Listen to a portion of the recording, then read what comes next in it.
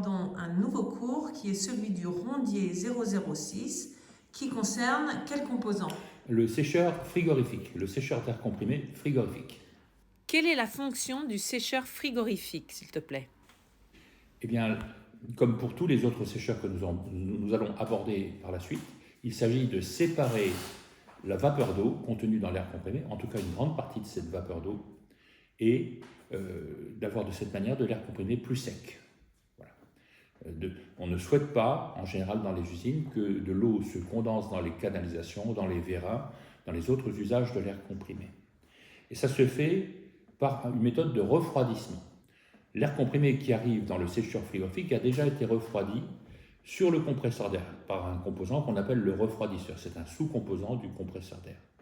Mais on poursuit ce refroidissement en utilisant un fluide plus froid que l'eau de refroidissement ou l'air de refroidissement, qui sont souvent entre 15 et 20 degrés, et qui permettent de refroidir l'air comprimé jusqu'à à peu près 15 ou 20 degrés.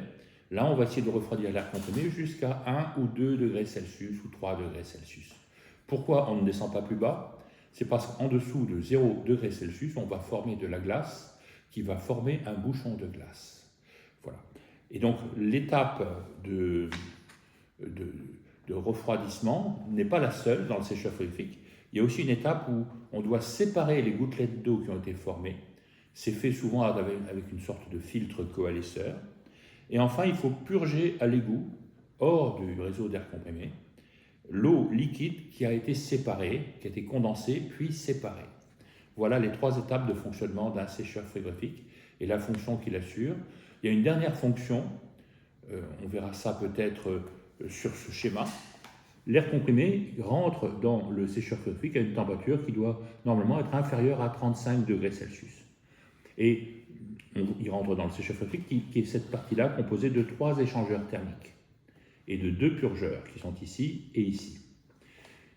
On rentre à cette barre à 35 degrés Celsius et là on va refroidir l'air comprimé qui rentre en le faisant passer dans cette partie-là qu'on appelle l'évaporateur.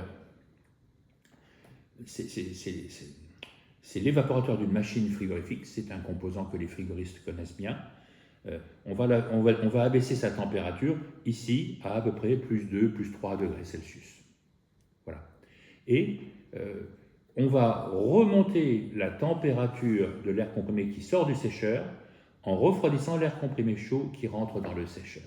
Donc ici, vous voyez, il y a un échange thermique entre la partie où il y a de l'air comprimé qui est très froid, qui est à 2 degrés Celsius, ou 3 degrés Celsius, et l'air comprimé qui rentre à 35 va se refroidir peut-être jusqu'à 15 degrés Celsius ou 20 degrés Celsius. À la sortie du sécheur, on est en général un peu plus froid qu'à l'entrée, on a perdu souvent 4 ou 5 degrés Celsius.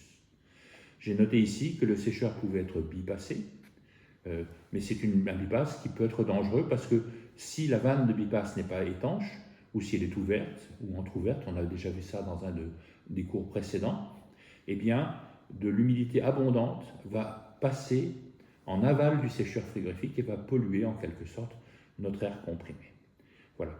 Une mesure complémentaire qu'on peut avoir ici, et qui va concerner le rondier, c'est une mesure de ce qu'on appelle la température de rosée, sous pression en général, de l'air comprimé.